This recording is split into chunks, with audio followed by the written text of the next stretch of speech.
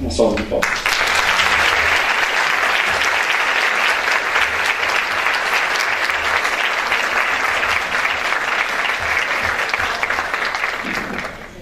Então, uma boa noite a todos. Agradeço com muito carinho a acolhida simpática do Padre Baldan e também do Padre Ricardo aqui nessa terra de Santos, que, embora esteja tão próxima daqui de São Paulo, é a primeira vez que eu conheço. Nunca tinha estado aqui, eu não estou muito viajado, assim. Eu só viajo por necessidade, por estudo e por trabalho, né? Mas eu fico muito contente de poder estar aqui com vocês. Então hoje nós vamos falar sobre um tema não muito simpático, The Gender Agenda, cujo resumo em português se encontra na internet. Chama-se Agenda de Gênero. É um documento de aproximadamente 20 páginas em PDF que vocês podem encontrar. Ali vocês vão ter a descrição de como este termo foi sorrateiramente inserido na Conferência de Pequim sobre as mulheres e como exatamente este ardil foi o sucesso que permitiu que depois de quase 10 anos aquele termo embutido sem que ninguém conhecesse o significado depois fosse explicitado para o nosso horror, como veremos. Pois bem, pode passar. A família está em crise. Aqui vocês vão algumas fotos muito simples de retratos de família em crise. Nós, o tempo todo, lidamos com esse problema. Eu imagino que a maior parte de nós aqui é gente de igreja. E mesmo dentro da própria família, nós temos que lidar com situações, às vezes, não muito fáceis. E na paróquia, na pastoral, no nosso trabalho, nós vemos diversos casos de família em crise. Todavia, alguns exemplos ultrapassam isso que está aqui retratado. Eu vou mostrar um vídeo para os senhores.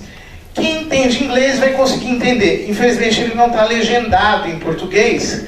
Mas o que essa senhora está falando? Eu vou ler, é um vídeo de menos de 1 minuto, de 30 segundos. Ela está dizendo o seguinte: os filhos de vocês não são de vocês. Os filhos de vocês são do Estado. E nós temos que acabar com essa ideia de que filho é propriedade dos pais, ou que os filhos pertencem aos pais. Os filhos não pertencem aos pais. Ela diz assim: os filhos de vocês são nossos. E somos nós que temos que educá-los, não vocês. Pode passar. Never invested as much in public education as we should have because we've always had kind of a private notion of children. Your kid is yours and totally your responsibility. We haven't had a very collective notion of these are our children. So part of it is we have to break through our kind of private idea that kids belong to their parents or kids belong to their families and recognize that kids belong to whole communities. Once it's everybody's responsibility and not just the households, then we start making better investments. Ela diz que temos que acabar com a ideia de que os filhos pertencem aos pais, de que os filhos pertencem às famílias, os filhos pertencem à comunidade. E é isso que vai gerar a necessidade de que se crie mais investimentos para a educação dos filhos. Notem, talvez você pense que ideologia de gênero é uma coisa que está fora da sua casa. Mas essas pessoas estão querendo se apropriar dos filhos de vocês. Isso aqui não é brincadeira. Notem que no Plano Nacional de Educação se tornou lei que a educação começa aos 3 anos de idade. Eles querem o quanto menos. Em alguns países do mundo, com 2 anos ou com um pouco menos ainda, as crianças são obrigadas a passarem o dia inteiro na escola. Muitas pessoas acham que que maravilha, o nível da educação está crescendo. A ideia que está por trás não é essa, é algo mais perigoso. Pode passar. Aqui você tem um caso muito curioso que saiu na internet nos últimos dias, se tornou um pouco mais célebre. Kate Hill e Erin Andrews. Ela é um menino e ele é uma menina. Ela nasceu menino, se transexualizou em mulher, e ele, aliás, ele nasceu menina e se transexualizou em mulher. Mas eles não são homossexuais, são heterossexuais. Deu para entender? Não dá para entender. É exatamente esse tipo de monstrificação que está... Pode passar, porque a próxima foto dá para ver. Isto aqui é uma mulher. Isto aqui é um homem.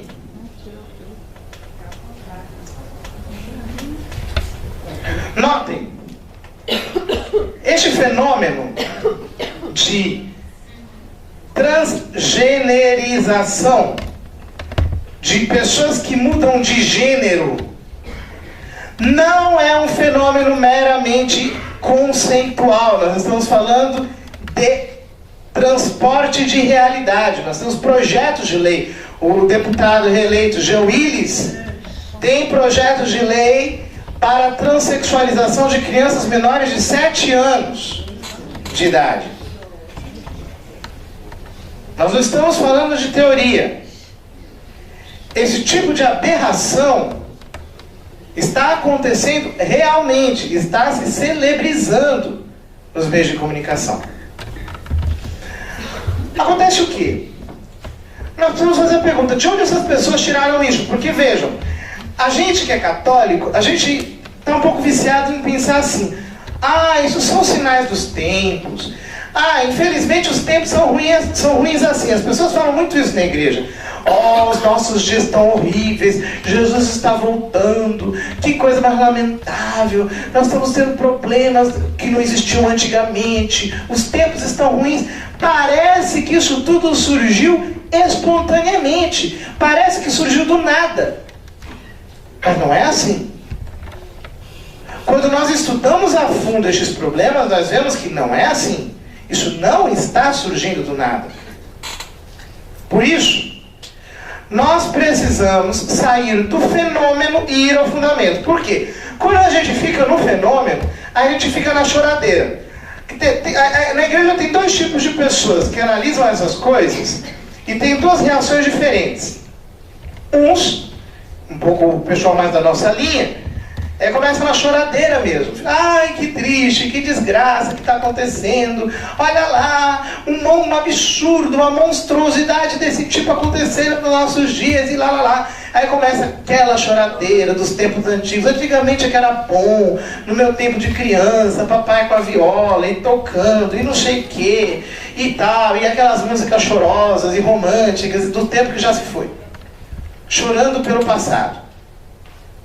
E outros, mesmo dentro da igreja, que acham isso lindo, que maravilha, vamos todos lá para frente, vamos acolher isso tudo dentro da igreja, vamos fazer uma grande festa, vamos fazer a pastoral da inclusão, mas uma inclusão barata, que coloca as pessoas dentro da igreja sem aquilo que Jesus no Evangelho chama de, uma palavrinha não muito usada hoje em dia, conversão. É a turma da bagunça, que também existe e que quer enfiar tudo dentro da igreja, goela abaixo das pessoas. Agora veja bem, ambos, aqueles que se escandalizam e aqueles que acham isso lindo, estão analisando apenas o fenômeno. Estão lidando apenas com o que acontece sem irem a fundo para entenderem o problema realmente. E nós só poderemos entender o problema realmente quando nós saímos do fenômeno e vamos ao fundamento. E para irmos ao fundamento, existem diversas possibilidades. Eu começo com este senhor simpático. É o senhor Carlos. Conhece o Carlos? Karl Marx. Karl Marx. Marx escreveu este livrinho aqui, sobre a origem da família, da sociedade privada, da propriedade privada e do Estado. É um livro que é assinado por Engels, como vocês podem ver lá em cima, mas em cuja apresentação, ou melhor, em cuja introdução, em cujo prefácio, as primeiras palavras de Engels são: as páginas que se seguem constituem, de certo modo, a execução de um testamento. Por quê? Por que Marx escreveu este livro nos últimos meses de vida? Quem conhece um pouco a história do marxismo sabe que, a grosso modo, eu não tenho tempo de me aprofundar nisso, teria que ficar para uma outra ocasião, Marx fez um percurso intelectual, analisando as defecções, os problemas do liberalismo da época. Ele fez uma série de diagnósticos que estavam fundamentados na ideia de que a origem da desigualdade social está na propriedade privada.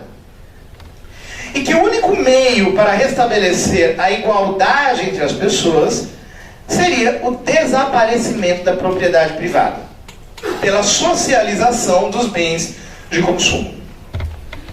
Ou seja, expropriando-se os indivíduos de todos os seus bens, que seriam confiscados pela ditadura do proletariado, pelos representantes do povo, e redistribuídos de forma igualitária entre a sociedade. O Marx, porém, achava que isto aconteceria natural e espontaneamente. Ele chegou a prever para 1848 a vinda da Revolução, porque ele dizia que o número de operários estava cada vez mais crescendo e o número de empresários estava cada vez mais diminuindo, sendo que os operários estavam cada vez mais pobres e os empresários cada vez mais ricos.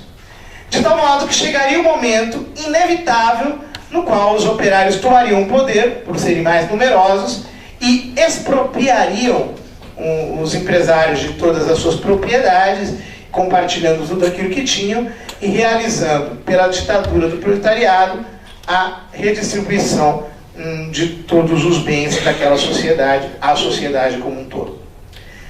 Portanto, para este primeiro Marx, a origem da desigualdade está numa ideologia que ele chama de propriedade privada. Para ele, na verdade, não existe propriedade privada alguma. Isso é um engano. As pessoas acham que são donas de algumas coisas, mas no fundo elas não são donas de nada.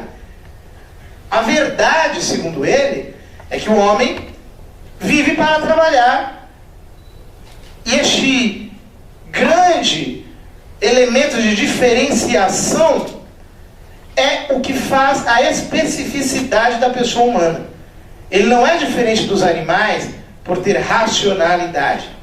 Ele é diferente dos animais porque ele constrói os seus meios de subsistência e estes simplesmente subsistem com o seu próprio corpo e vão se alimentando do que tem em sua volta. O homem não, ele fabrica os seus meios de existência. A antropologia do Marx termina aqui. A diferença básica entre o homem e o animal é essa. O que passa disso é ideologia.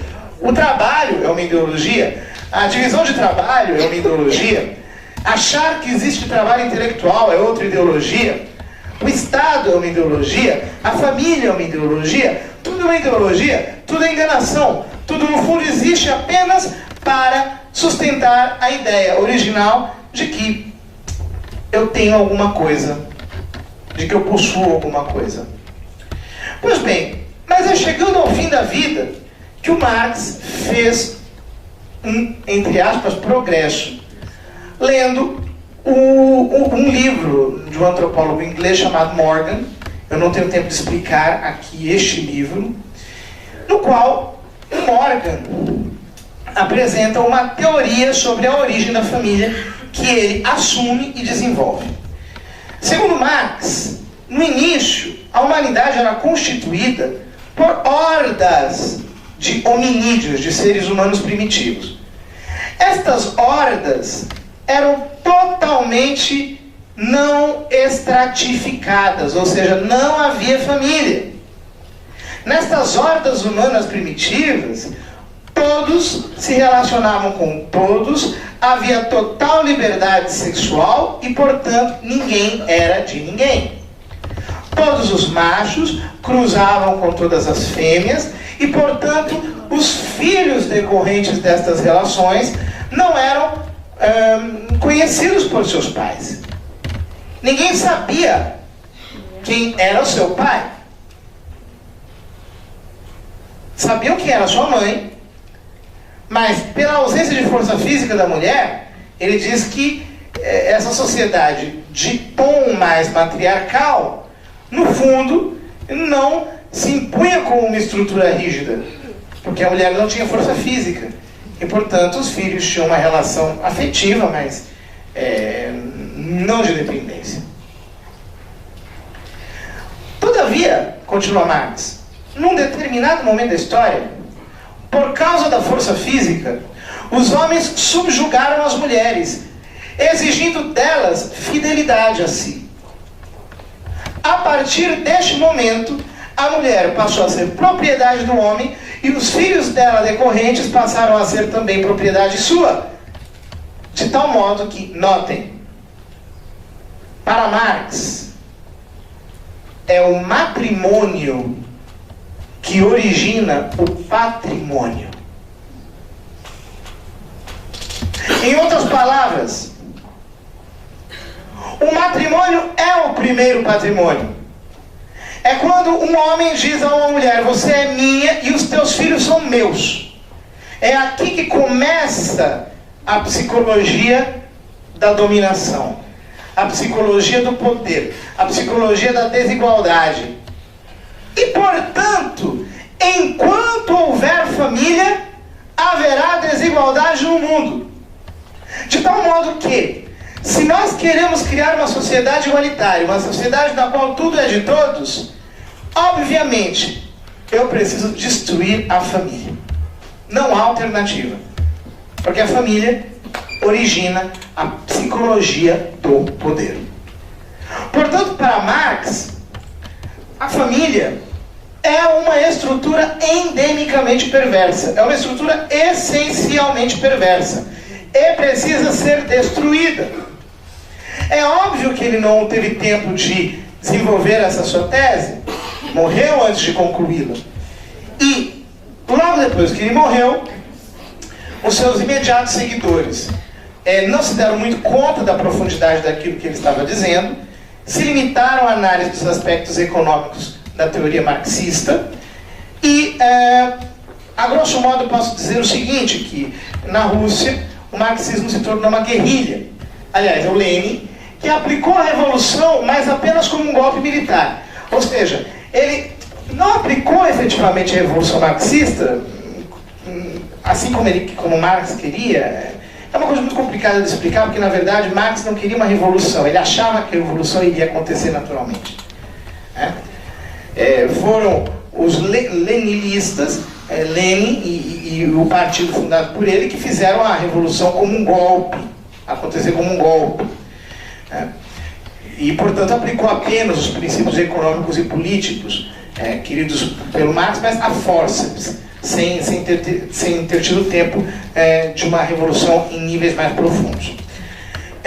Depois, o Stalin deu um golpe de Estado na sequência, continuou fazendo aquilo, enfim, um oceano de sangue, uma coisa horrorosa, mas não chegaram muito a lugar nenhum do ponto de vista de uma revolução profunda. Fizeram, no fundo, um grande esquema de poder, um oceano de sangue, um oceano de violência, e a tal ditadura do proletariado que o Marx queria não aconteceu. Foi mais ou menos na década de 70 que algumas mulheres de dentro do movimento comunista começaram a perceber que alguma coisa estava errada. E que a verdadeira chave para fazer-se aquilo que o Marx queria não estava na ditadura, nos meios de violência, na guerrilha, em nada disso. A verdadeira chave para a revolução socialista era a revolução sexual. A primeira que levantou essa bandeira, de um modo mais claro, pode passar, foi essa aqui, a Kate Millett. A Kate Millett escreveu esse livro chamado Sexual Politics, Política Sexual. É a tese de doutorado dela. É um livro com um certo grau de dificuldade, mas que não é um estudo, eu diria, muitíssimo profundo. É um manifesto. Ela faz uma análise das teses do Marx, mostra que aquilo seria necessário, que a verdadeira revolução é a revolução sexual, que é aquilo que tinha que ser feito, mas não passa muito além disso. Fica na linha do manifesto. Essa tese da Kate Millett para o movimento feminista equivale ao que o manifesto comunista é para o movimento socialista. Quer dizer, é o grande manifesto, é aquilo que desfralda mesmo a bandeira da revolução sexual. Este aqui é nós poderíamos chamar de manifesto feminista. Era uma autora um pouquinho, é contemporânea a Kate Millett. Essa aqui é a Shulamit Firestone. Era uma autora contemporânea, mas que escreveu um pouquinho depois dela, que o manifesto se torna uma ideologia política mesmo. A Kate Millett, aliás, a Shulamit Firestone, escreveu este livro aqui, The Dialect of Sex, a dialética do sexo. Este livro aqui é, este sim, uma obra de ideologia política. Transforma a revolução sexual numa verdadeira ideologia. Diz, nós precisamos fazer isso, isso, isso e aquilo. É um livro que as feministas, inclusive, não gostam muito de falar sobre ele, porque ele tem um nível de virulência especial. Pode passar. Retira o feminismo do manifesto, transformando-o numa ideologia.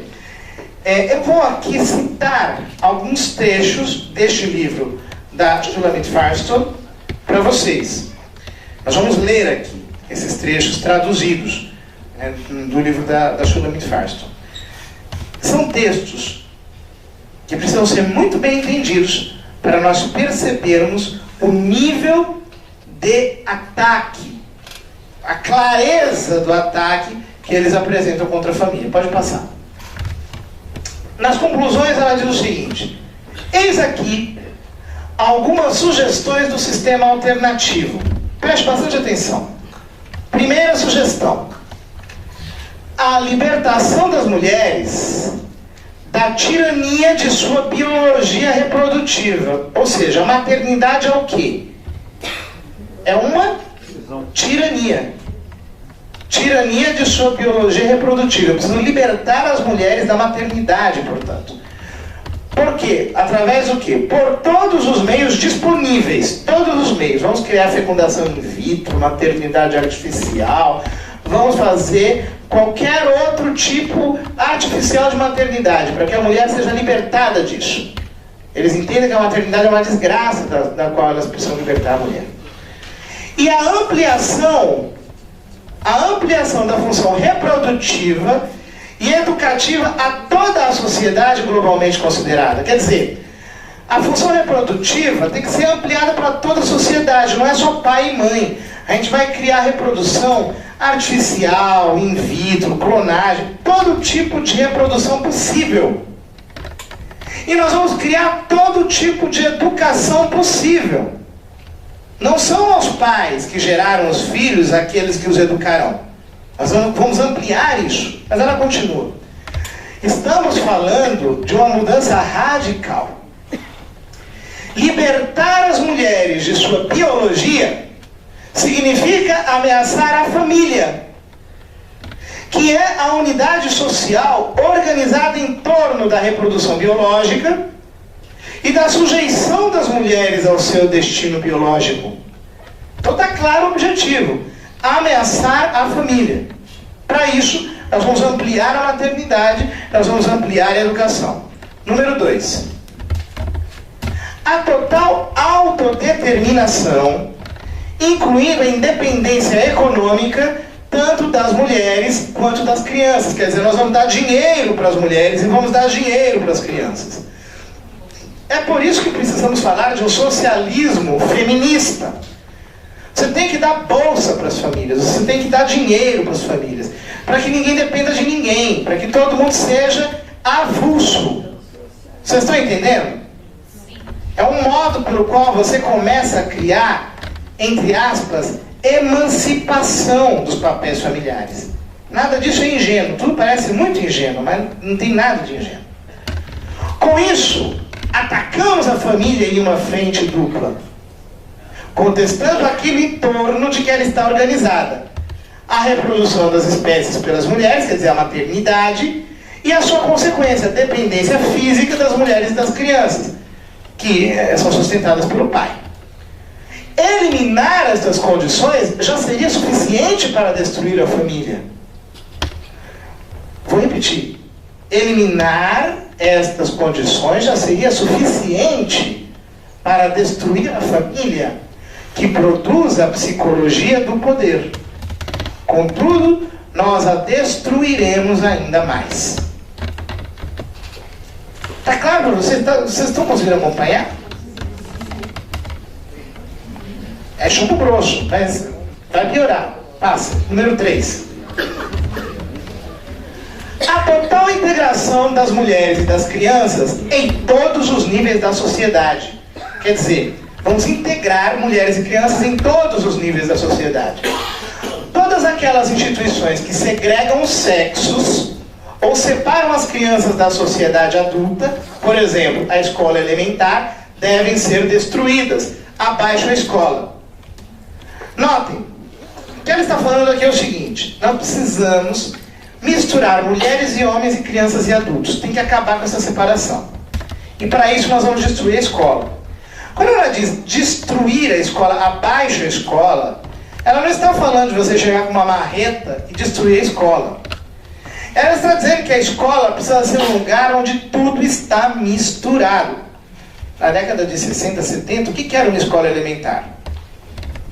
A escola elementar era um ambiente onde meninas estavam de um lado, meninos estavam do outro, onde você tinha primário, depois você tinha o ginásio, depois você tinha o colegial, cada nível, inclusive em escolas diferentes ou em horários diferentes, você tem tudo muito segregado para não misturar as crianças com os adultos, para você não causar confusão entre as idades.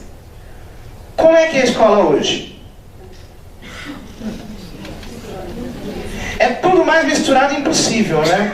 O professor hoje ele tem que ser assim, tem que ter vocação para Indiana Jones, para Rambo, para super-herói, porque ele sabe como ele chega, mas ele não sabe como ele sai. Ele pode sair de qualquer jeito. Em alguns lugares ele pode até não sair vivo. Ele pode ser agredido, com o apoio dos pais, inclusive. Coisa que naqueles tempos era impossível de acontecer. Eu me lembro muito bem que os pais chegavam para os professores e diziam: olha, aqui dentro a senhora só não mate. O resto a senhora pode fazer o que a senhora quiser. É para bater, puxar a orelha, castigar, botar ajoelhado no milho, palmatória. Faço, não mate. Só não mate. Hoje é o contrário. É o perfeito contrário. Nota, isso aqui parece uma coisa tão bobinha, né? Eu vou fazer um parêntese para vocês. Platão, na República, ele não era padre da igreja, ele não era bispo, ele não era nenhum santo cristão, era um pagão, um filósofo pagão. O que ele diz para as mães? Ele diz o seguinte: mães, não permitam que se conte aos seus filhos nem sequer fábulas cujo conteúdo as senhoras não conheçam. Porque até a formação do seu caráter, uma criança, diz Platão, não poderia sequer saber da existência do mal. Olha o rigor que Platão dava para a educação infantil. Você precisa segregar a criança da sociedade. Por quê? Porque a sociedade é um lugar das contradições. E uma criança não tem capacidade de assimilar as contradições da sociedade. Ela precisa formar a sua inteligência num nível de saneamento de interferências, para que ela não seja confrontada com as contradições, posta em perplexidade. Quer dizer, uma criança que cresce num ambiente saneado, que não assiste televisão, rádio, que não tem um monte de gente falando coisas contraditórias para ela, terá um caráter mais sólido, terá uma consciência mais clara, a sua inteligência será mais funcional, ela compreenderá melhor as coisas, ela não será submetida a uma série de distrações. Agora veja bem, você pega uma criancinha, coloca na escola. Aí vem uma professora católica, maravilhosa, piedosa, doutrinal. Depois vem uma outra professora protestante que diz que é católica, é idólatra e não sei quem, não sei quem, não sei quem. Aí depois sai a protestante e entra um bandista que diz que tem que acender vela para o orixá, para não sei o que, para não sei o que. Depois vem a do candomblé, que faz macumba contra um bandista. E aí diz que a outra não presta. Aí vem uma outra que é ateia e diz que estão todas erradas e que ela é que está certa. Aí cada coleguinha diz uma coisa. Bom, a criança chega em casa, o pai fala qualquer coisa para ele, a criança vai dizer, bom, essa é a sua opinião. É apenas a sua. Meu coleguinha diz isso, minha professora X diz aquilo, a professora W diz outra coisa, ou seja, ele é confundido no processo de construção da sua personalidade. É disso que ela está falando. Se eu não pego uma criança logo nos primeiros anos e a submeto a uma enxurrada de confusões lógicas, ela não será suficientemente erradicada da família. Eu preciso tirá-la dos laços familiares, eu preciso tirá-la dos condicionamentos familiares desde muito cedo. Ela tem que ser exposta à sociedade como um todo. Por isso ela diz, se as distinções culturais, notem, distinções culturais entre homens e mulheres e entre adultos e crianças, elas são distinções culturais para ela. Não são distinções reais. O que me distingue de uma criança não é uma distinção biológica real. Eu não sou diferente de uma criança realmente. Apenas culturalmente, uma invenção da sociedade. É o que ele está dizendo. Criança e adulto é a mesma coisa. Homem e mulher é a mesma coisa. A distinção aqui é cultural. Continua. Se as distinções culturais entre homens e mulheres e entre adultos e crianças não forem destruídas, ou melhor, se as distinções culturais entre homens e mulheres, entre adultos e crianças forem destruídas, nós não precisaremos mais da repressão sexual, que é o que mantém estas classes diferenciadas. O que diferencia homem, mulher e adulto de criança é repressão sexual, apenas isso. E nós não vamos precisar mais delas, mais dela, da repressão sexual, caso essas diferenças caiam por terra. Sendo pela primeira vez possível a liberdade sexual natural. E aí nós chegamos ao número 4. Assim, chegaremos à liberdade sexual para que todas as mulheres e crianças, possam usar a sua sexualidade como quiserem. As crianças poderão usar a sua sexualidade como quiserem. Não haverá mais nenhuma razão para não ser assim. Em nossa nova sociedade, a humanidade poderá finalmente voltar à sua sexualidade natural, polimorfamente diversa, ou seja, bagunçada. Serão permitidas e satisfeitas todas as formas de sexualidade. A mente plenamente sexuada tornar-se-ia universal, ou seja, capaz de qualquer coisa. Passa. Se a criança escolhesse a relação sexual com os adultos, ainda no caso que escolhesse a sua própria mãe genética, não existiriam razões a priori para que esta rejeitasse suas insinuações sexuais, visto que o tabu do incesto teria perdido a sua função. Está escrito, isso está escrito. Eu apenas traduzi do que está escrito aqui. É este o nível de ser humano que querem construir. Sem família. Quando se diz sem família, está querendo dizer isso. Total desordem. Esta aqui é a primeira contribuição. No movimento feminista, no movimento comunista, eles entenderam que a verdadeira revolução é a revolução sexual. É isso que tem que ser feito. Senão não vai acontecer revolução. É a revolução sexual. Por isso, quando você vê o Ministério da Educação mandar cartilha quase pornográfica, ou às vezes pornográfica para as escolas, quando você vê todo mundo hipersexualizando as crianças, logo lá nos primeiros anos de escola, falando de sexualidade, falando de um monte de sujeira para as crianças da escola, é isso que eles estão aplicando. Não é outra coisa. São paradigmas que estão sendo destruídos. Essa é a primeira contribuição, a revolução sexual. Agora vem a segunda contribuição. Este aqui é o Kingsley Davis. Pode passar. Ele é um sociólogo americano do Conselho Populacional. No ano de 68, ele escreveu esse artigo, Política Populacional. Os atuais programas serão bem-sucedidos? No qual ele mudou, digamos, as estratégias da política populacional, do controle populacional. Eles queriam reduzir o crescimento populacional para que houvesse um crescimento populacional zero. E aí começaram a criar clínica de aborto, de esterilização, distribuir pílula para todo mundo. Então ele disse, olha, nesse artigo, os senhores estão totalmente enganados. Se os senhores forem nessa linha, vocês não vão conseguir mudar a sociedade. A sociedade só se muda de um jeito, você tem que mexer na estrutura dela. E como é que você mexe na estrutura da sociedade? Você mexe na estrutura da sociedade através dos usos, dos costumes e das leis, que na verdade são cristalizações dos usos e dos costumes. Trocando em miúdos, no caso da política populacional, a coisa importante não é você fazer clínica de aborto por aí. Você tem que colocar na cabeça da mulher que a maternidade é uma praga, que ela não tem que ser mãe, que ela tem que ter poucos filhos, ou se puder nenhum filho e alguns poodles, que ela tem que deixar a casa dela, as funções domésticas dela, que ela tem que largar o cuidado da casa, ela tem que deixar de ser mulher, ela tem que virar um ente emancipado, etc. Na hora que você conseguir fazer isso, você vai ter mexido na estrutura da sociedade. E aí sim você vai ter alcançado o seu objetivo. Ele escreveu um livro, essa aqui é a sua obra principal, chama-se Sociedade Humana.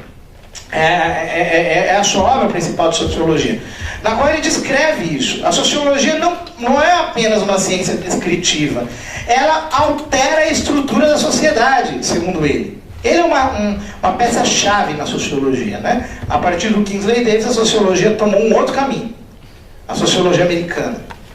De descritiva, ela passou a ser militante. Nós vamos mexer na sociedade. Nós vamos alterar a sua estrutura. Então não basta ser uma mudança qualquer. Tem que ser uma mudança estrutural. Essa é a segunda contribuição. Agora vem a terceira contribuição. A primeira foi do movimento feminista no marxismo. A revolução é sexual. A segunda dos socialistas. Eu tenho que mexer na estrutura da sociedade. Agora vem a terceira. Qual é a terceira contribuição? Vem dos revisionistas marxistas. Aqui daria muito pano para manga. Eu vou apenas, assim, mencionar quase que sumariamente, para vocês terem um mapinha do plano. Esse aqui é o Karl Korsch, um filósofo do interior do movimento marxista. Em 1923, ele proferiu essa conferência chamada Marxismo e Filosofia.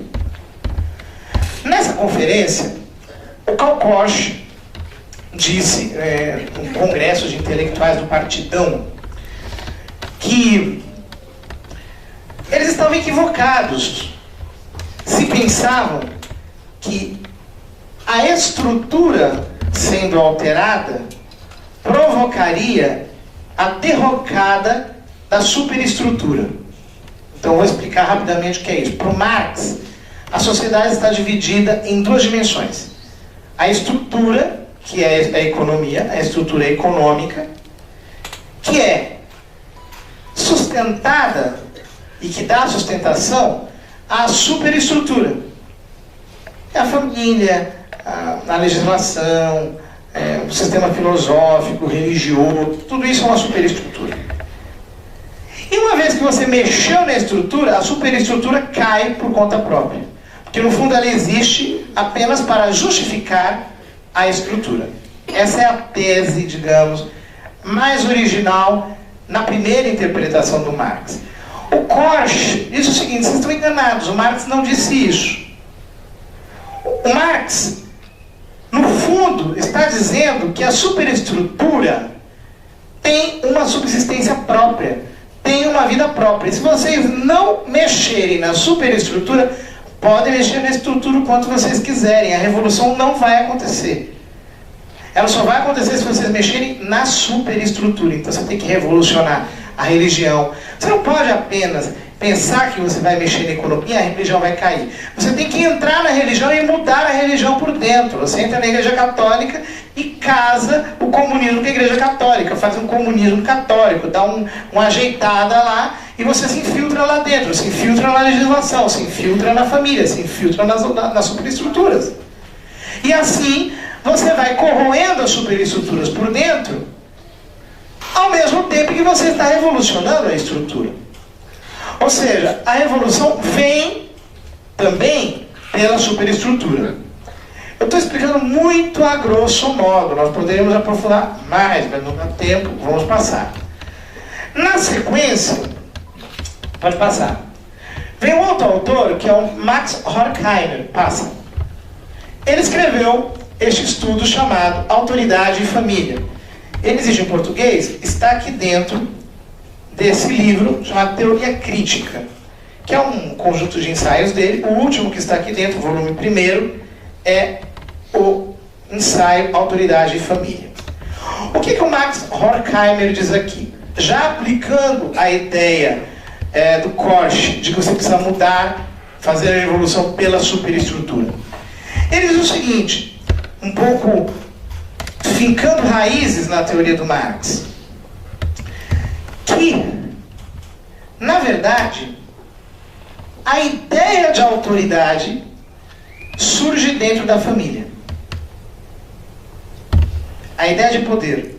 Você concebe a ideia de autoridade olhando para o seu pai, olhando para sua mãe.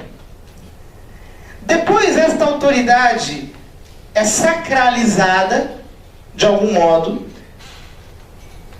E aí nós temos as várias religiões, que no fundo são o desenvolvimento dessa autoridade que você aprende que existe dentro de casa.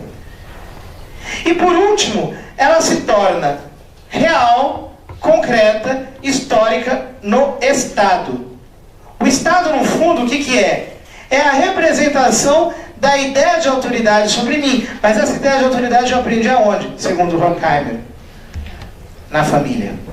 É ali que eu aprendi a ideia de autoridade. Portanto, se eu não mexer na família, se eu não acabar com a ideia de autoridade na família, não tem como eu querer revolução, a subversão do Estado. Para conseguir operar a revolução, eu preciso alterar a ideia de autoridade dentro da família. Vocês estão entendendo o porquê da lei da palmada?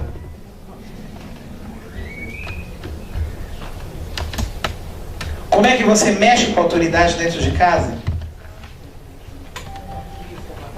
Por que o Estado tem respaldado tanto o ataque à autoridade dos pais? Obviamente isso não justifica certos abusos e agressões que existem. A afirmação de uma coisa não é a negação de outra, e a negação de uma coisa não é a afirmação de outra. Está tudo muito bem respaldado teoricamente, senhores. Nada disso é ingênuo. Há muito estudo por trás disso tudo. Na sequência, Max Horkheimer afirma que a família gera a ideia de autoridade que se consolida nas instituições. Pode passar. Esse aqui é Louis Althusser. Pode passar. Ele escreveu este ensaio chamado Aparelhos Ideológicos do Estado, no qual ele mapeia a superestrutura. Ele mostra o que é a superestrutura. Então ele vai dizendo que existem aparelhos repressivos do Estado.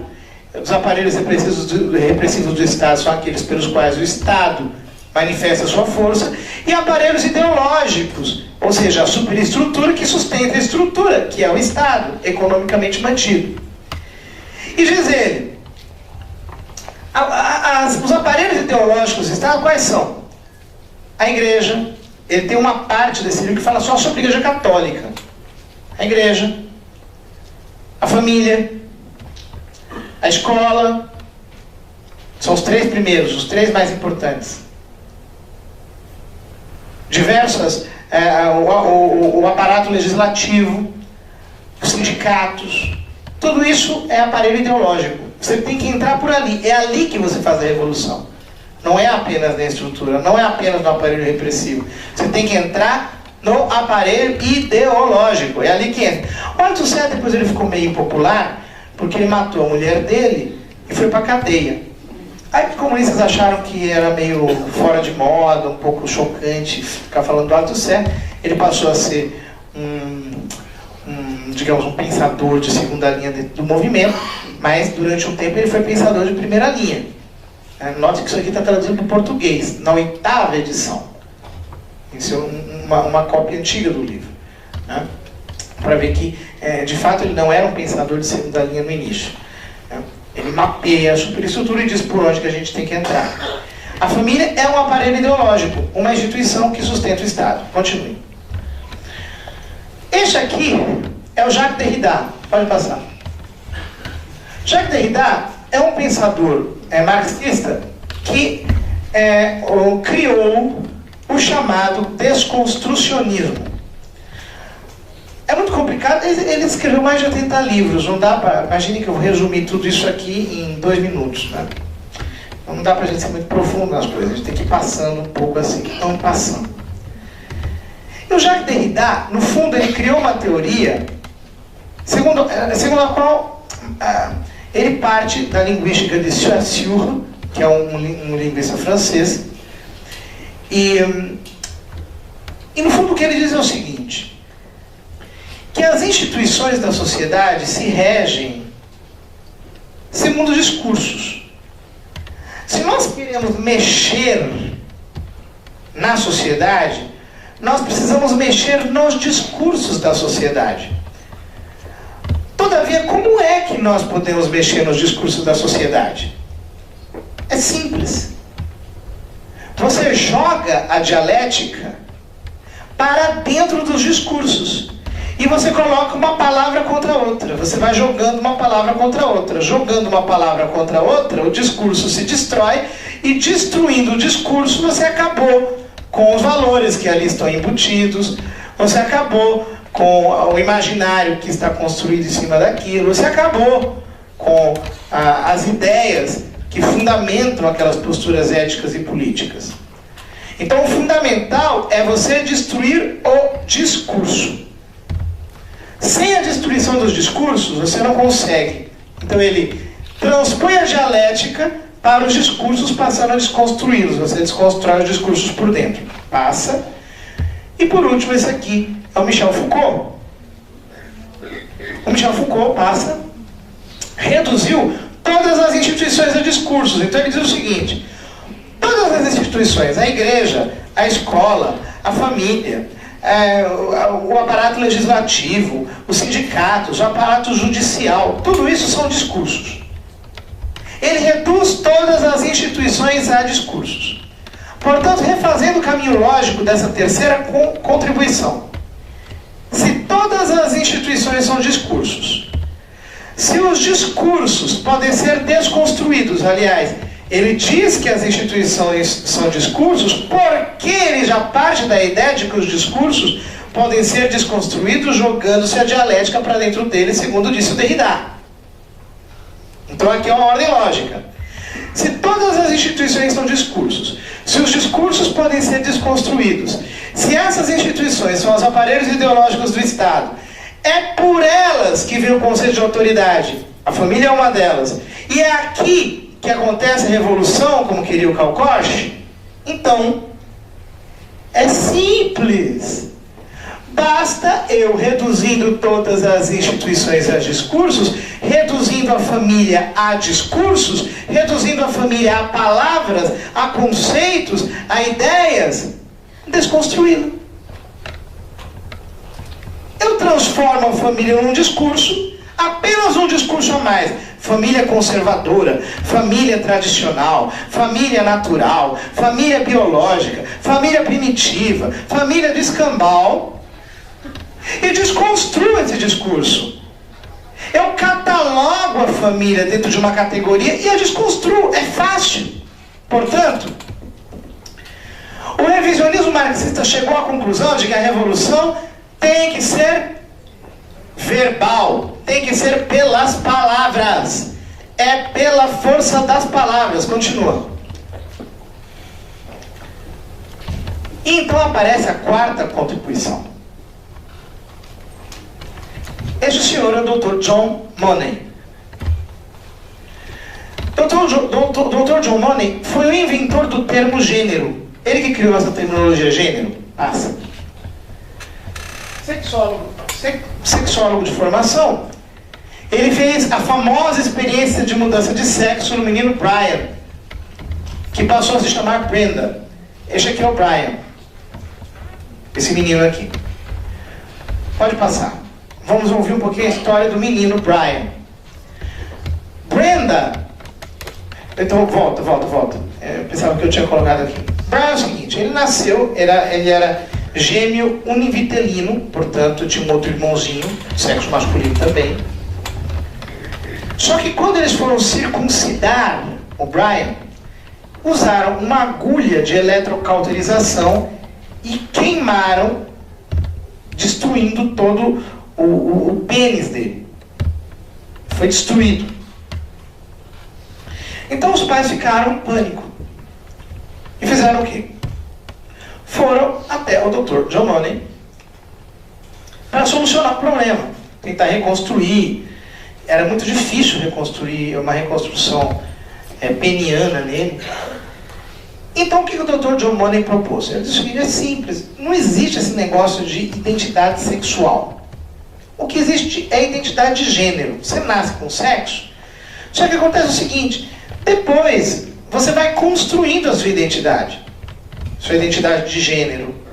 Era independente do corpo com o qual você nasce. E aí, é simples, a gente faz uma mudança de sexo no Brian, coloca nele o nome de Brenda, coloca o nome de Brenda, e ele vai pensar que é menina. Não vai nem imaginar que é um menino. Só que aconteceu o quê?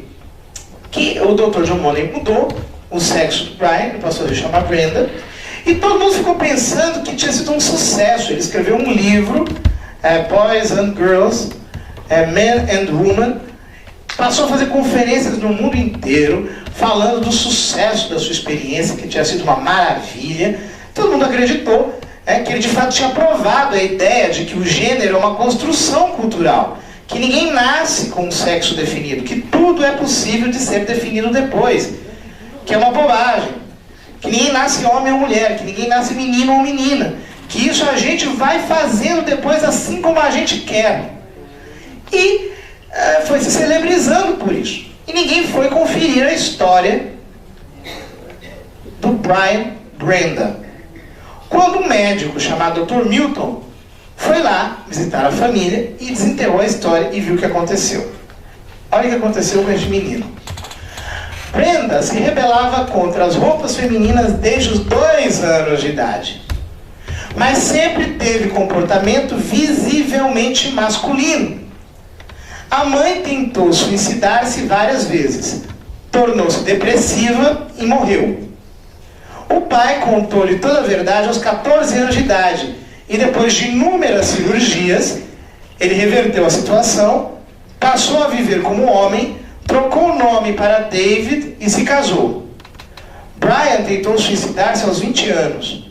Teve uma depressão incurável. Foi abandonado pela mulher, seu pai tornou-se alcoólatra, seu irmão um drogado que terminou por se matar, e ele, por fim, aos 38 anos, em 2003, matou-se com um tiro no peito. Essa foi a linda história do Brian. A história, digamos, fundante da categoria de gênero. Aqui eu resumi muito, mas tem mais coisas.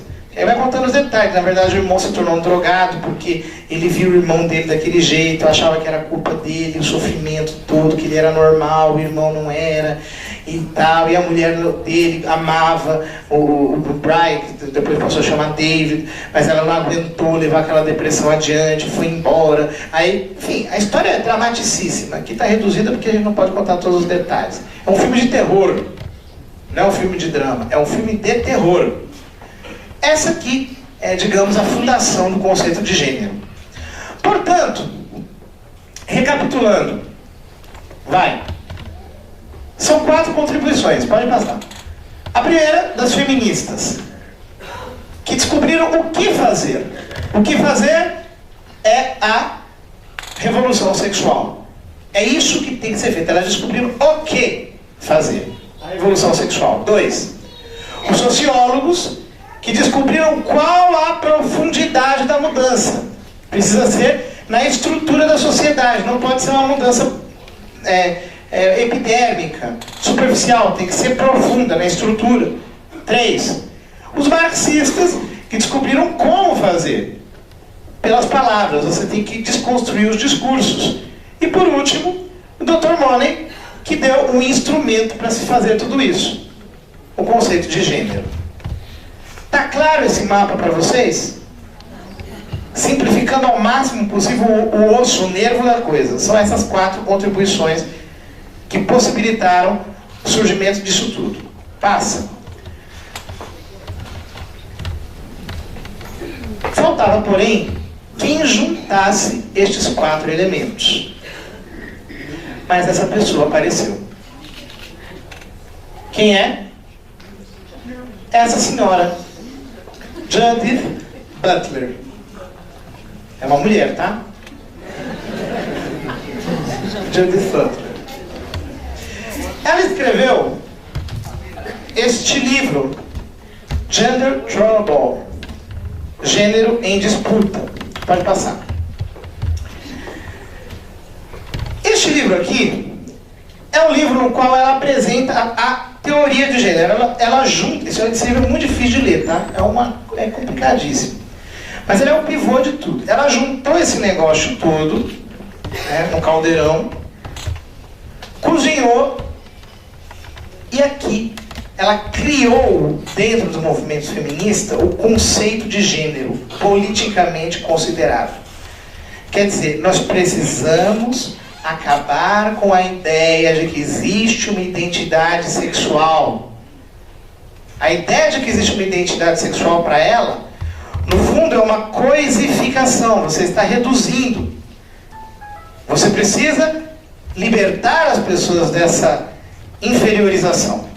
Pode passar? Aqui tem um trecho, mas vocês tenham paciência, porque ela não é muito fácil de ser lida. Tem para lê-la, a gente precisa ler com muita atenção. Se uma noção estável de gênero não pode mais provar ser a premissa fundacional da política feminista, quer dizer, o que ela está dizendo aqui? Se a ideia de mulher não é mais fundamental, não é mais necessária, não é mais útil para o feminismo, talvez seja desejável um novo tipo de política feminista para contestar as próprias reificações, as próprias coisificações de gênero e de identidade. Quer dizer, contestar a ideia de que existe gênero e identidade. Que você é mulher ou que você é homem. Isso tem que ser contestado.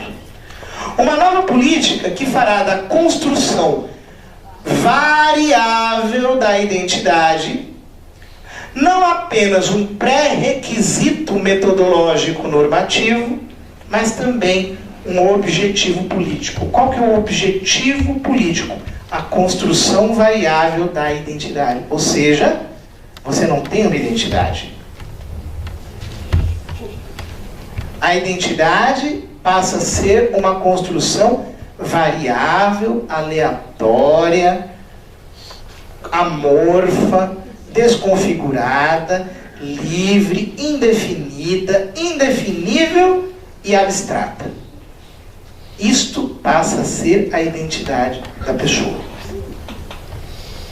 Está escrito aqui. Só estou traduzindo, explicando um parágrafo do livro inteiro. Pois bem, essa senhora, pode passar, foi foi aqui a Conferência de Pequim, em 95, e lá introduziu o conceito de ideologia de gênero, o conceito, a ideia de gênero, passa. Em Pequim introduziu-se a terminologia de gênero, porém, sem defini-la. Eles consideraram isso uma vitória. Conseguimos embutir lá dentro o conceito gênero, mas não definir. Por quê? Todo mundo se chocaria. Então nós não definimos, deixamos assim. Em 2 momentos eles falam de construção de papéis de gênero, eles dizem lá, mas não definem profundamente. Continue. Foi em 2007, na conferência de Yogyakarta, que eles explicaram o que eles entendem por gênero. Pode passar. Isso aqui vocês encontram na internet. Tem todo o documento, os princípios de Yogyakarta na internet. Eu tirei de lá, eu simplesmente copiei e colei. Diz assim: entendendo identidade de gênero, o que é identidade de gênero? Como estando referida ao quê? A experiência interna, individual e profundamente sentida que cada pessoa tem ao gênero. Experiência interna, individual e profundamente sentida. Interna, individual e profundamente sentida. Então, veja bem, não existe mais identidade objetiva. Ela é interna, individual, então não cria coletividade, e profundamente sentida. Ou seja, é algo que pertence a mim, ninguém pode definir. Entenda bem isso. Entenda bem isso, porque isso aqui é difícil de entender. Se ela é interna, individual e profundamente sentida, toda a mulherada feminista que tem defendido a ideologia de gênero pensando que está defendendo a bandeira das mulheres, está enganada. Por quê? Não existe mulher. Não existe mais mulher.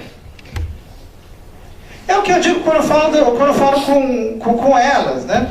Veja bem, se a ideologia de gênero vigorasse, ela é uma experiência interna, individual e profundamente sentida. Então, eu, José Eduardo, internamente, individualmente e profundamente sentido, me declaro mulher. Eu sou uma mulher. Uma mulher, e a partir de agora eu sou uma mulher. Ponto final. Aí eu chego na minha vizinha, que é uma chata. Ela não é uma chata, tá? Eu só estou dizendo hipoteticamente. Eu chego na minha vizinha e dou uma pisa nela. Ok? Pergunto a vocês, a Lei Maria da Penha vai valer para qual mulher?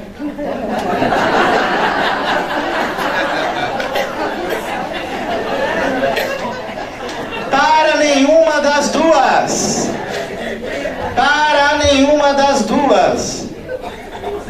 Do mesmo jeito. Do mesmo jeito. Os homossexuais que defendem a ideologia de gênero pensando que estão se defendendo, estão enganados. Por quê? O que é um homossexual? Eu estou falando de homossexual. Portanto, eu estou falando de uma pessoa que tem um sexo, que gosta de uma pessoa do mesmo sexo. Portanto, de um homem que gosta de um e de uma mulher que gosta de uma. Só que se o homem 1 não é homem e o homem 2 não é homem, e a mulher 1 não é mulher e a mulher 2 não é mulher, tem como existir homossexualismo? Não. Tem como existir transexualismo? Não. Tem como existir bissexualismo? Não tem. Portanto, eles estão enganados, eles são trouxas, eles estão sendo usados. Eles estão sendo usados. Isso aqui está para além de homossexualidade, de pansexualidade, de multissexualidade, ou do que vier. Isso aqui é muito além do que nós possamos imaginar. É a destruição mesma da identidade, porque uma vez que eu destruo a identidade, eu destruo os papéis familiares, e uma vez que eu destruo os papéis familiares, eu destruo o quê? A família. Porque se eu não tenho papéis familiares, eu não posso ter família. Então é simples. Mas não é simples. A gente tem que estudar muito para entender isso. Isso aqui, rapidinho, não vai ficar aqui na teoria. Os estados deverão, letra B, tomar todas as medidas legislativas, administrativas e de outros tipos que sejam necessárias para respeitar plenamente e reconhecer legalmente a identidade de gênero autodefinida por cada pessoa. Quer dizer, a pessoa se define o que quer e o Estado tem que reconhecer. É por isso que toda vez que aparece uma legislação com a palavra vamos defender a igualdade de gênero, vamos lutar contra a discriminação de gênero, tem projetos de lei de todo tipo, é disso aqui que estão falando. A identidade autodefinida por qualquer pessoa do jeito que quiser. Quer dizer, não existe identidade. Ela é passível de definições aleatórias e individuais. Não cria categoria coletiva. Não cria categoria coletiva. É impossível falar de direitos em gênero. Por quê? Não cria categoria coletiva. Gênero é individual. Portanto, você destrói as bases do direito. Ok? Isso tudo é muito complexo, mas a gente tem que passar meio rapidamente por fora. Só para vocês saberem, rapidamente, nós já passamos do horário. Ah não, terminou.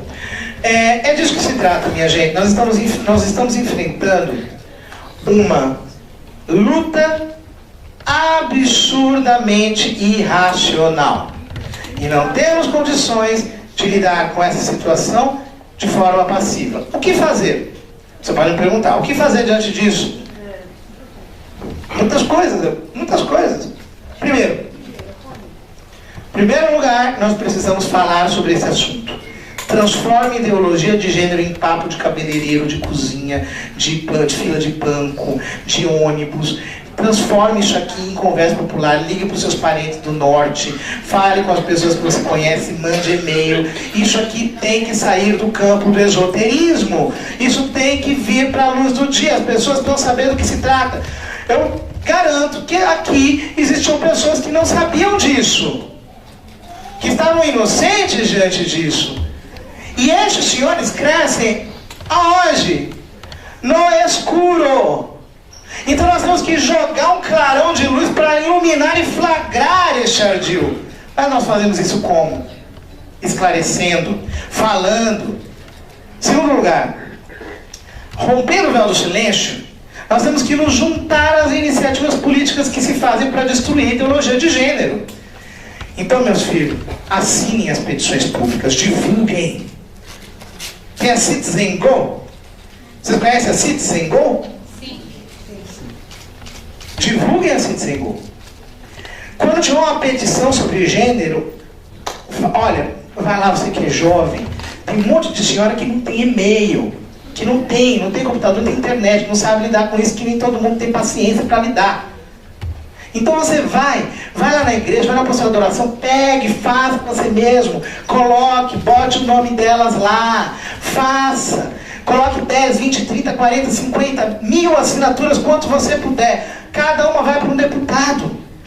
Nós precisamos nos mobilizar. E com isso, você pode dizer, nossa, mas que padre ingênuo, ele está achando que vai conseguir alguma coisa? Não é que nós vamos conseguir, nós já conseguimos muita coisa. A ideologia de gênero não foi vencida em nenhum país do mundo, a não ser no Brasil. No país do carnaval, do futebol e de tantas outras coisas, nós, pela primeira vez, desde que ela veio à luz, destruímos a ideologia de gênero no Plano Nacional de Educação. Eles não entenderam o que aconteceu. Ano passado nós estávamos no debate do Plano Nacional de Educação, toda semana eu ia lá morrer de cansaço, outros também iam lá morrer de cansaço, juntávamos jovens, cartazes para todo lado, e fazendo campanha pela Citizen Go, chegando 10, 20 mil e-mails por dia, no gabinete de cada deputado, gritaria, baderna, na sala de votação, até que eles tiraram a ideologia de gênero do Plano Nacional de Educação. Pela primeira vez, aqui no Brasil nós conseguimos destruir. Só que foi em um projeto, já tem vindo outros. Agora eles não querem mais, já viram que perderam no Plano Nacional de Educação. Querem colocar onde? Leis de diretrizes e bases da educação nacional, querem mexer nas crianças. E leis de diretrizes e bases não é que nem o PNE, não. Não dura só 10 anos, é definitiva. Então nós vamos ter que lutar para não colocarem no PNE. Eles xingam a gente de fundamentalista, religioso, escambau. Não importa, a gente aguenta os votos e não quer aquilo lá. Querem considerar a ideologia de gênero, discriminação de gênero, como crime de tortura. Tem um projeto de lei, se não me engano é o 1053, alguma coisa assim. Quer dizer, discriminação de gênero seria considerada crime de tortura e punida como tal. Temos que tirar. E outros tantos projetos de lei. Agora veja bem, legislação é uma coisa, mas além de legislação tem a prática, porque a ideologia de gênero já está sendo ensinada nas escolas. Tem um concurso, o Concurso Nacional de Redação, construindo a igualdade de gênero. O estudante que fizer a melhor redação sobre gênero ganha R$500 mil. Isso é premiado desde o ensino infantil, a educação básica, fundamental, né? Até o pós-doutorado. Todos os níveis. Eles estão investindo pesado, minha gente. Aqui em São Paulo nós temos várias iniciativas para promover ideologia de gênero. Tem gente de todo tipo de condição falando de igualdade de gênero. Nós não podemos dormir no ponto. Nós temos que transformar a conversa sobre ideologia de gênero no papo mais tranquilo. Assim, qualquer pessoa na rua chegar para um mendigo e falar assim: o que você acha da ideologia de gênero? É palhaçada. Isso tem que virar conversa popular. Quanto mais nós falarmos, quanto mais nós fizermos, quanto mais nós tirarmos isso do campo do esoterismo, do ocultamento, da teoria dos iniciados, tanto mais nós teremos sucesso. Porque isso aqui não é para proteger apenas a igreja, para proteger... Não, isso aqui é para proteger as famílias humanas, de qualquer religião. Se você é católico, não é católico, se você é cristão, se você não é cristão, sinceramente, no que diz respeito à ideologia de gênero, não interessa. Nós precisamos nos juntar e derrubar essa loucura, essa insanidade que estão querendo nos fazer engolir goela abaixo. Saiba do seguinte: para ter igualdade, eu preciso ter identidade, porque eu não posso ser igual se eu não sou alguém. Essa é a base do discurso sobre a igualdade. A igualdade está baseada na dignidade da identidade que eu tenho. Portanto, não vamos acabar com o que resta de humanidade na nossa sociedade, permitindo que essas pessoas nos manipulem. O papel das católicas pelo direito de decidir pede para se falar sobre a Marta Suplicy e Jean Williams no avanço da ideologia de gênero no Brasil. São coisas muito pontuais. As católicas pelo direito de decidir não são católicas, obviamente, tá? Elas usam esse nome. Elas consagraram uma papisa na Catedral de St. Patrick é um bando de loucas, né? E muito bem pagas, essa que é a coisa, porque é a Fundação Ford que sustenta. Isso não sou eu que diz, está escrito no testemunho da Frances Kingsley, que é a fundadora delas, que é uma ex-freira, que é ateia, enfim, uma desgraça. Em todo caso, elas foram fundadas com o propósito de se infiltrarem na Igreja Católica, para subverterem a moral católica, porque elas eram conscientes. A turma do Conselho Populacional era consciente de que a única barreira para a implantação do aborto irrestrito do mundo é a Igreja Católica. É a moral católica. A moral católica está muito bem construída argumentativamente. Então não tem como você furar o bloqueio, não tem jeito.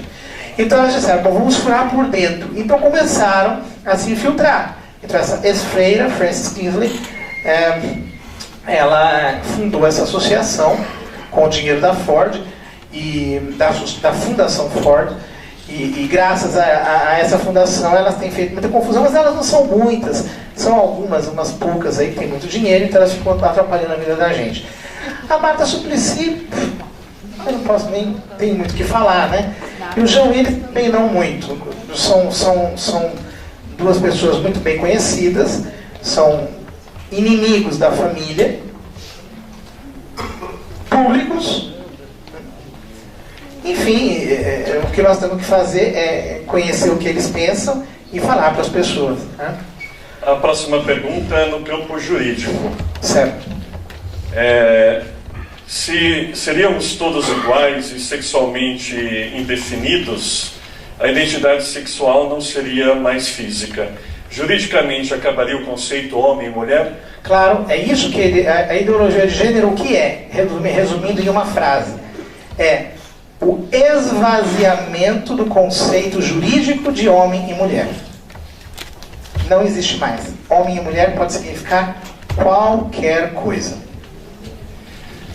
Instituições. Além da ONU, quais outras instituições promovem ou fomentam a ideologia de gênero no mundo e no Brasil? E, emendando com essa, por que faculdades católicas pregam a ideologia de gênero? Porque não são católicas. São católicas de nome.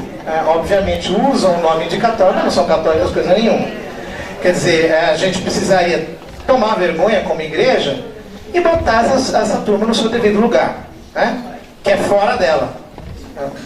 Não está aqui infiltrado, quer dizer, não vamos ficar admitindo.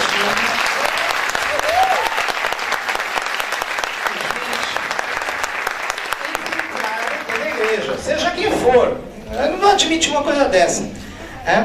Agora, instituições, eu não saberia dizer, eu não tenho uma lista mental de memória das instituições que promovem a ideologia de gênero, mas basta saber que, de um lado, nós temos em operação todo o movimento socialista no Brasil, todos os partidos de esquerda, todos estão promovendo a ideologia de gênero, irrestritamente, e todos os grupos metacapitalistas, ligados à ONU, a George Soros, a Fundação MacArthur,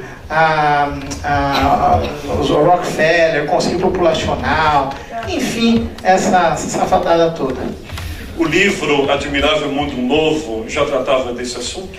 Eu não sei muito bem porque eu não conheço profundamente o Aldous Huxley, mas me parece que colateralmente sim, porque ele está falando de um mundo tecnológico, que é aquele mundo que o pessoal da New Order World, a nova ordem mundial, quer criar, e que obviamente pressupõe, pelo conceito exacerbado do indivíduo, pelo individualismo crônico, a insignificância da própria identidade em termos jurídicos e coletivos. Mas eu não seria honesto se eu dissesse para vocês categoricamente isso, precisaria ler com mais atenção o livro do Aldous Huxley. A última pergunta: o que podemos fazer na prática para evitar que nossos filhos sejam influenciados pela ideologia de gênero? Então, pergunta de pais e avós. Eu acho que tem um caminho. Eu acho que é um caminho simples. Veja bem, eu sou professor de faculdade de teologia. Não é muito diferente de escola pública, tá? Me perdoem os alunos de teologia. Mas, porque o caos educacional que nós temos afeta todos os níveis da sociedade. Mas os professores são uma raça sofrida, gente. Os professores têm que ensinar um monte de baboseiras, goela abaixo, mas boa parte dos professores que estão nas nossas paróquias são heróis. Eles estão lá sobrevivendo dia após dia para se manterem dentro da sua profissão, porque tem uma vocação para isso. Então eu acho que nós poderíamos estabelecer diálogos sobre isso com os professores, sobre a desconstrução da família, e nós poderíamos melhorar a nossa catequese. Quer dizer, catequese hoje não dá mais para ser catequese de primeira comunhão, tá? Por quê? Porque não tem para onde correr a criançada, minha gente. A criançada tem que ser o seguinte: os professores têm que esclarecer os pais e dizer: a coisa tá feia aqui, leva teu filho para a igreja. E os pais têm que levar o filho para a igreja, chega lá, tem catequistas preparados para tirar o esterco da cabeça das crianças. Então, catequistas têm que conhecer bem esse assunto da ideologia de gênero, têm que conhecer bem o tema da desconstrução da família, têm que ser formados, etc. Na medida em que nós conseguimos estabelecer uma parceria escola, igreja, informal, obviamente, informal, na medida em que nós conseguirmos sensibilizar os pais para criarem uma parceria com as igrejas, sabendo eles do problema educacional ao qual seus filhos estão subjugados, então nós poderíamos salvar essas crianças. Eu entendo entendo que nem sempre os padres são bem formados, né? Só que se um leigo é bem formado, ele pode fazer muita diferença na sua paróquia, né? Mas você não precisa ser sempre aceito. Eu sei por experiência própria que a gente pode ser aceito. Às vezes numa paróquia a gente não é bem aceito, isso acontece mesmo. Só que a gente pode criar todo tipo de estrutura informal, paralela, íntima, de amizade, sem necessidade de reconhecimento público e mesmo eclesial. É sempre possível. Se a gente quer fazer o bem, não há desculpa para não o fazer. E esclarecermos os pais sobre isso. Se os pais souberem que isto aqui está sendo a pauta da educação dos seus filhos, é difícil, mas não é impossível. Leiam a minha entrevista no Zenit, chama-se Caindo no Conto do Gênero. É uma entrevista de 2 páginas. Eu fiz aquela entrevista para quê? Qual foi a minha intenção? Foi durante o debate do Plano Nacional de Educação. Para que qualquer bobão possa ler e entender. Aquilo que qualquer pessoa lê e entende. São 2 paginazinhas. 2 paginazinhas. Caindo no conto do gênero. Caindo no conto do gênero. Foi replicada em mais de 100 sites essa entrevista. É muito conhecida. Leia, memorize, estude, medite. Caindo no conto do gênero. Por exemplo, se você vai fazer reunião de pais com os pais dos seus catequistas, conversa lá com as catequistas da paróquia, passa uma cópia, explica, olha, você está sabendo o que está acontecendo? O que estão querendo induzir seu filho? Gente, toma cuidado. Nós precisamos cuidar mais das crianças, olha o que está acontecendo. E na medida em que isso for se tornando cada vez mais o conhecimento público, o conhecimento da matéria, por si mesmo, já prejudica os agentes dela. Porque eles agem no escuro, eles construíram para que ela não fosse entendida. Ok? Então, minha gente, coragem. Padre, comenta dessa cartilha que já foi colocada até no Nordeste e que aquela pastora estava desesperada, foi contra e falou na internet. A Damares eu conheço muito bem, é uma pessoa muito boa, né? Às vezes eu acho que ainda está no nível do fenômeno, porque não adianta falar, então a ação da cartilha, tem essa e tem outras. Olha, não tem um livro que deu para as crianças nas escolas chamado Os 3 Chapeuzinhos Vermelhos. Os 3 chapéus, exatamente.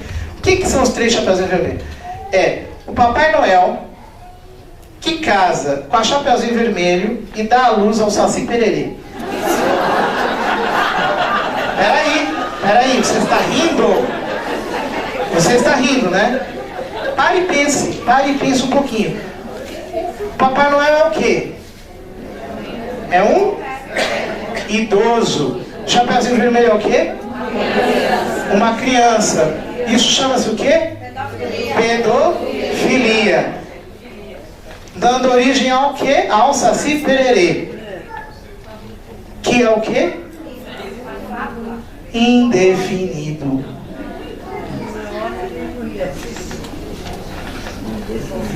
Está tudo aí.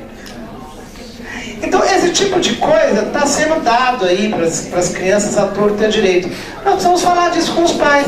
Existem livros, entre aspas, didáticos, que diz o seguinte: faça essa brincadeira. Ave Maria mesmo, irmão. Diz assim: faça essa brincadeira longe de seus pais. Aí fala lá pro menino, pra menina, mostra o pipi um do outro, e tal, e toca, e pega, e não sei o que, não sei o que. Tem isso, minha gente, isso está acontecendo. E os pais não estão sabendo. Então nós precisamos falar para os pais. E talvez na hora que nós, igreja, conversarmos com os pais sobre isso, eles vão nos levar mais a sério e vão entender que ou eles fazem uma parceria séria de educação com a igreja, ou se não, nós vamos perder as nossas famílias. Eu agradeço pela atenção de vocês, desculpa pelo falatório.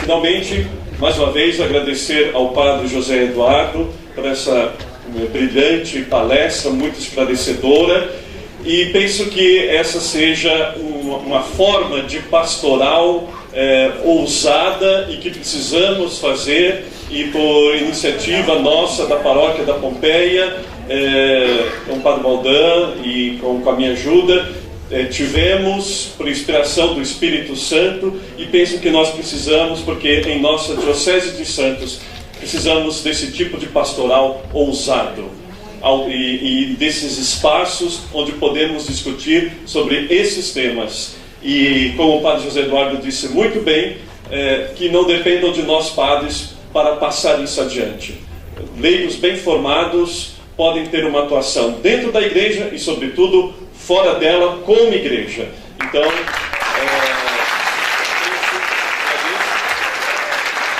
vamos trazer mais para frente outras pessoas que possam tratar de temas ousados.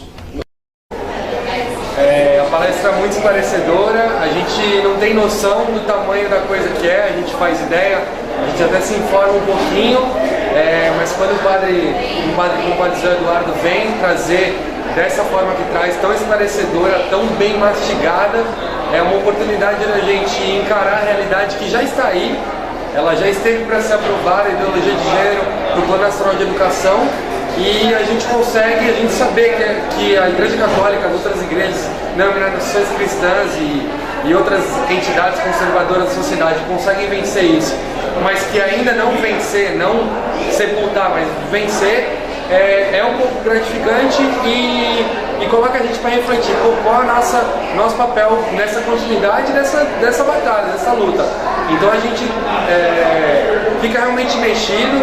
Eu consegui trazer minha família toda, eu consegui trazer amigos, espero que eu tenha conseguido mais soldados aí para esse exército de Cristo, porque com certeza a gente cristão, a gente católico, sabe mais do que nunca que a gente tem que manter essa chama, isso que a gente tem no cristão, e mais do que tudo, cidadãos e pessoas que defendem a família, pessoas que defendem a tradição e tudo aquilo que a gente aprende de bom.